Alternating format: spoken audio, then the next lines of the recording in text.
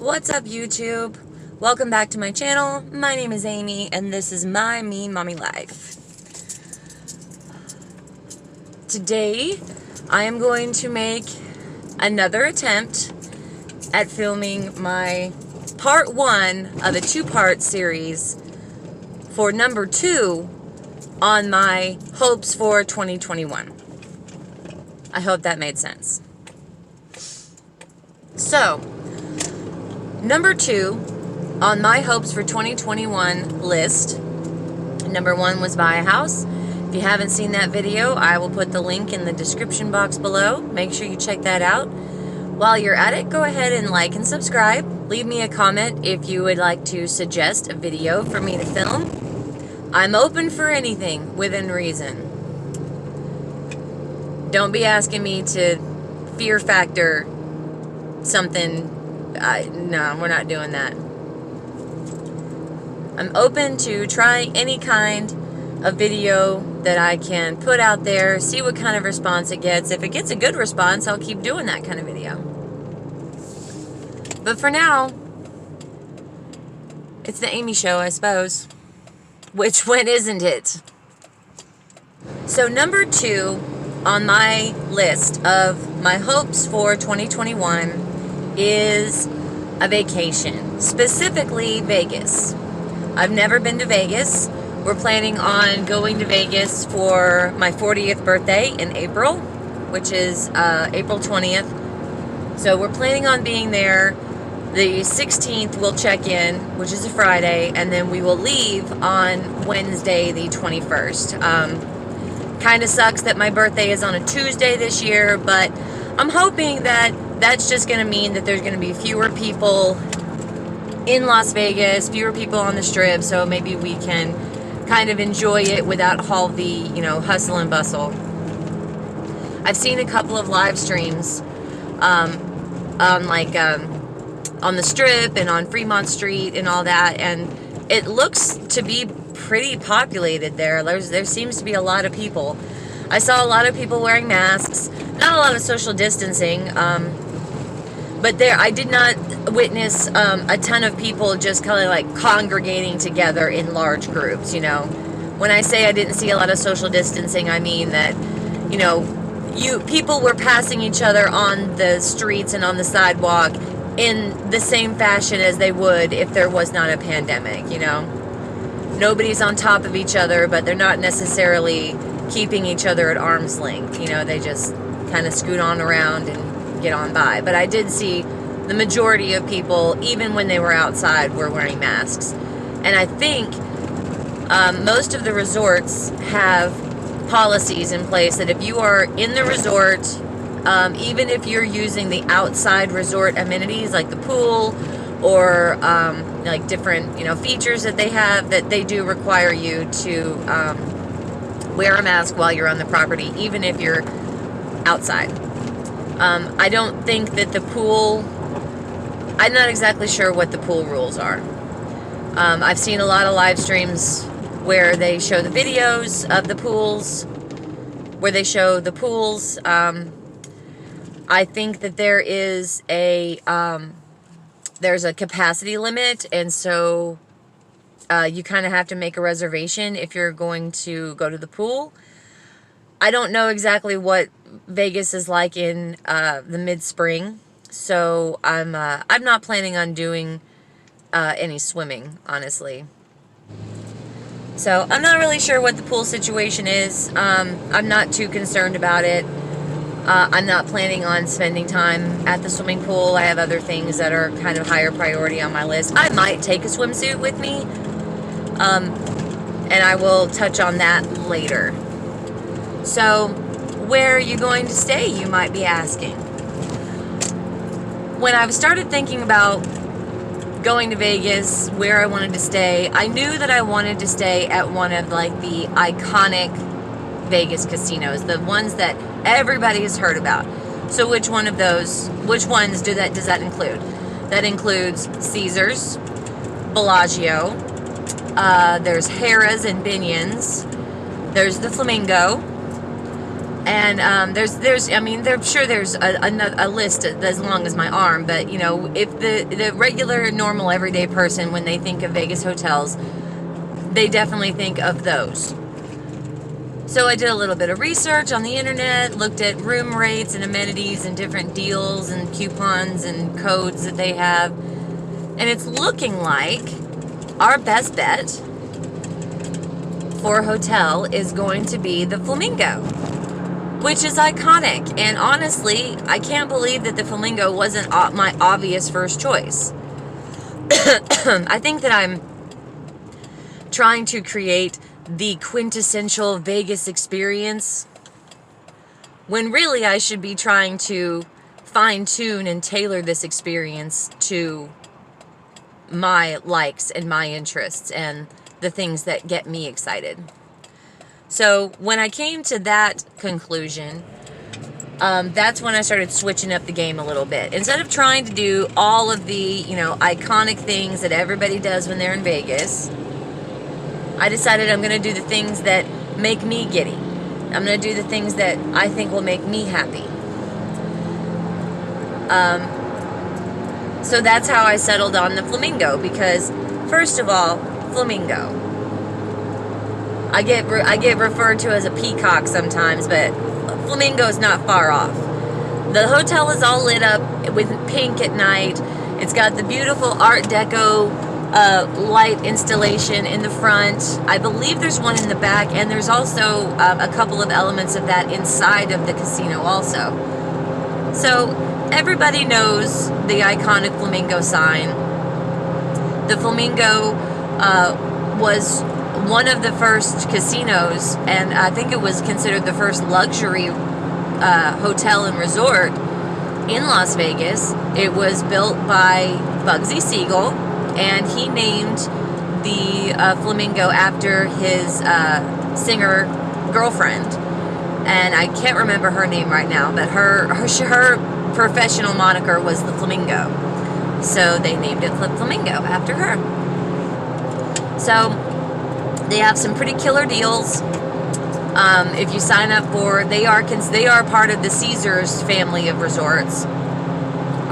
So if you sign up for a Caesars players card, not only can you earn points for your stay, but there's certain deals that you can get. But you have to book direct through the hotel's website, not through like Expedia or all of that. So the idea of earning points on a rewards card is attractive to me, in the same way that earning fuel points on a Fry's card or a Kroger card for my Texas peeps is attractive to me. For every dollar that you spend, you get a certain number of points. For every dollar that you gamble, you get a certain number of points. If you go out to dinner, different attractions, you earn points. You scan this thing just like a regular rewards card that you would have at a gas station or any grocery store, and you earn points. Those points can be used for dinners. They can be used for comps like rooms. They can be used for gambling credits. They can be used for a lot of different things. Obviously, the better the reward, the more points that you have to accrue in order to earn that reward. But seeing as how we live in Arizona now, and Vegas is only a short 5.5 hour drive away, I have a feeling that we will be spending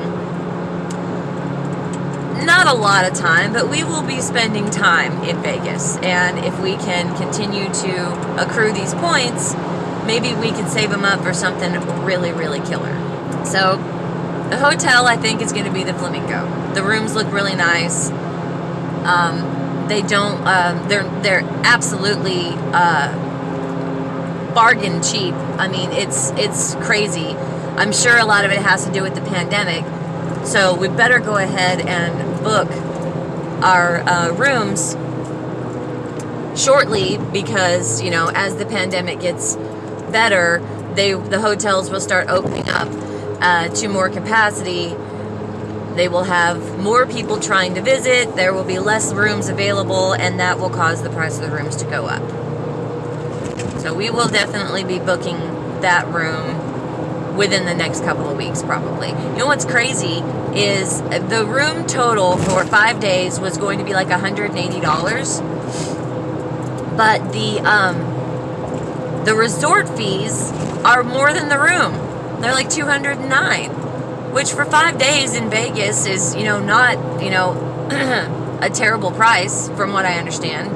Vegas can be as cheap or as expensive as you want it to be. But I think that's pretty good. But those resort fees, man, if anybody knows how to skirt those resort fees, leave it in the comments below. I would love any tips and tricks. We're definitely going to try to get an upgrade on the room. No guarantees on that. But we'll see if it works. Eric says that he's kind of a whiz at getting an upgrade. So being that it's my first time in Vegas, being that it's my 40th birthday, I think they would probably be amenable to the idea. Don't you? I would be. It's your birthday and it's your first time in Vegas? Bitch, let me see what I can do for you. But it's going to depend on whoever checks us in and the kind of mood that they're in and whether or not Eric is able to sweet talk them. He's kind of got a silver tongue, so I bet you he'll be able to work something out. He's kind of a smooth talker. The next question you may be asking, what are you going to do while you're there? Well, definitely have plans to do some of the quintessential stuff. I want to have a strip night. The Strip, not strip club. I want to go to Fremont Street one night. The street is where the ugly people go to lose. I don't know what that means exactly, because it looks like it's a lot of fun. It's got this enormous LED display across the entire top. They've shut down the entire street to automobile traffic. It's just foot traffic. There's tons of bars and restaurants and big iconic casinos. So I definitely want to do those two things. I keep seeing this high roller Ferris wheel. It's a little expensive though. It's like $30 a person.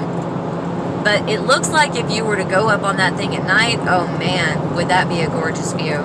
It's like a 30-minute ride, so I guess it's not like you're paying $30 for like a minute and a half or 3 minutes to 3 minutes on a roller coaster, So it's very reminiscent of the London Eye, the gray, big Ferris wheel. I mean, huge Ferris wheel. And they're not little buckets that you sit in. They are like huge pods that you can like stand in and like walk around. Very cool. I'd love to go to the Neon Museum, especially like right around sundown when it's kind of starting to get dark. I've been told that some of the lights that are on display at the Neon Museum actually do still work, and they will light them up at night when it gets dark. How cool would that be to walk through the Neon Museum like right at sunset when it's just starting to get dark, so it's not dark outside, but it's bright enough that the neon is, glowing, and it seems really cool. I wouldn't mind going out to this thing called Seven Magic Mountains. It's an art installation. I think it's about 30 minutes outside of Vegas. We're planning on driving, so we would have the car, so we wouldn't have to worry about renting a car or getting an expensive-ass Uber. It's like these huge painted boulders. They're not rocks, they're not stones, they're boulders. And they're all painted different colors, and they're stacked one on top of the other. And they're all just stuck out in the middle of a desert, like Stonehenge style. They're supposed to be in installation until I think October of this year. So if we're gonna go see them, we probably should go, because I don't see us going back to Vegas before October. I definitely want to go to Caesars, and I want to look around the Forum shops and just honestly just walk around the hotel, because it looks beautiful. It's visually stunning in videos and pictures, so I can only imagine what it looks like. The Forum shops have this beautiful ceiling that's painted like a cloudy sky, and apparently you can walk through there in the middle of the night and it feels like the middle of the day. I'd love to go to the Bellagio and see the conservatory. They have a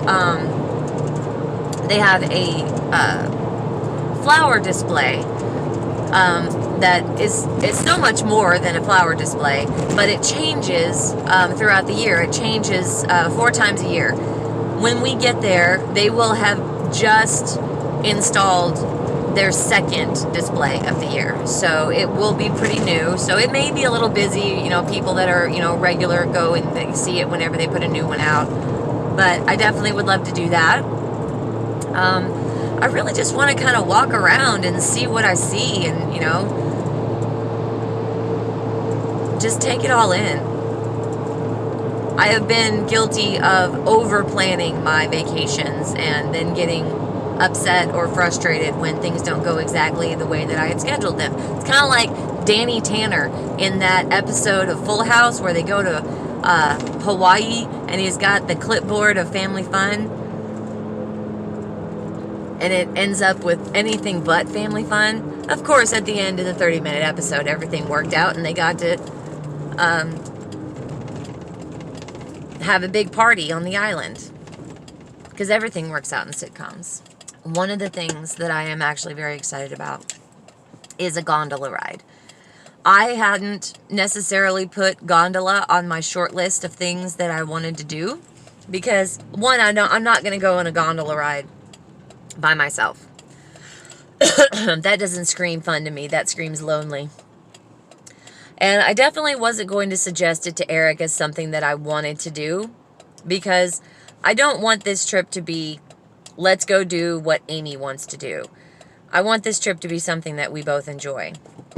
And he has told me in the past that for him, the priority was not spending time with whatever significant other he was there with. It was about trying to ditch his significant other so that he could go gamble. He says it's not like that this time. He's actually looking forward to doing stuff and having a Vegas vacation with me. And when I said something about, just casually in passing, kind of to kind of get a temperature of how he felt about it, I said, it's really neat that they have these gondola rides. And I said, oh, they go outside too. And he said, oh yeah, I want to do that with you.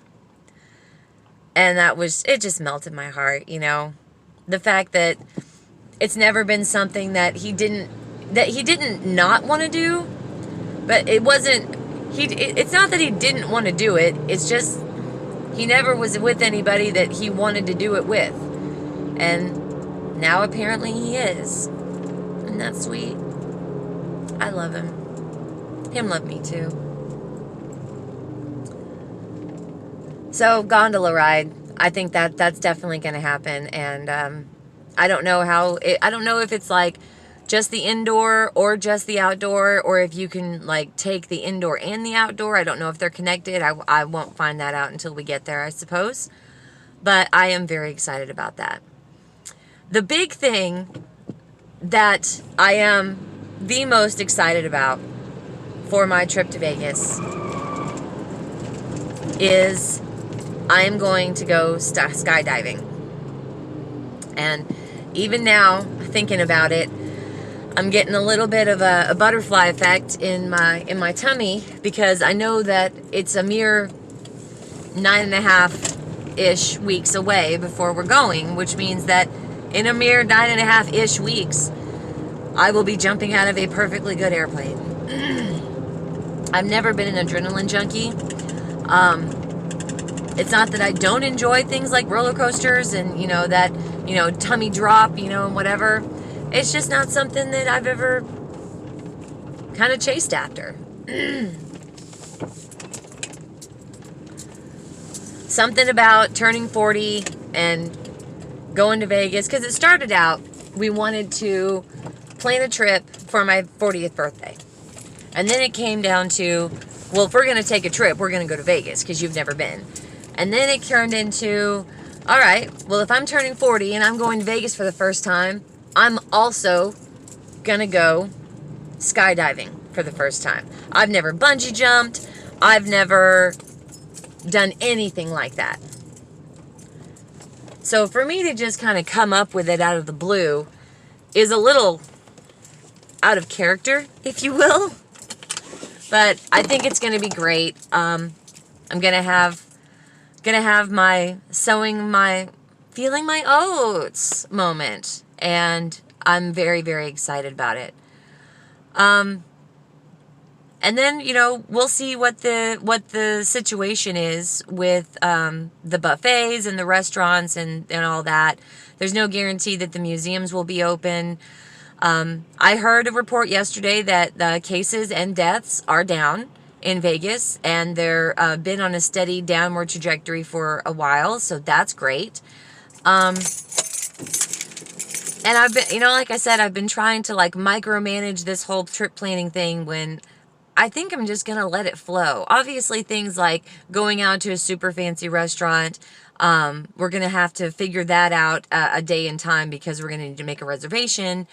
I will have to schedule time for a massage. I'm definitely going to get a massage. And I'll have to, you know, make reservations for my skydiving trip and all that. But everything else, I think we're just going to let it flow and have an amazing time. So that is part 1 of my 2-part series for number 2 on my hopes for 2021 list. Please don't forget to like and subscribe. Stay tuned for part 2 of number 2. God, that doesn't make any sense. I am totally confusing all of you. I'm certain of it. But I hope you're following me. If you're not, leave me a comment and I'll do the best that I can to explain myself and all of this ridiculousness that is falling out of my mouth at breakneck speed. I love you guys so much for all your support. The video is going to keep coming as long as you keep watching them. So y'all take care. Have a great day. Stay tuned for part 2. I love you guys.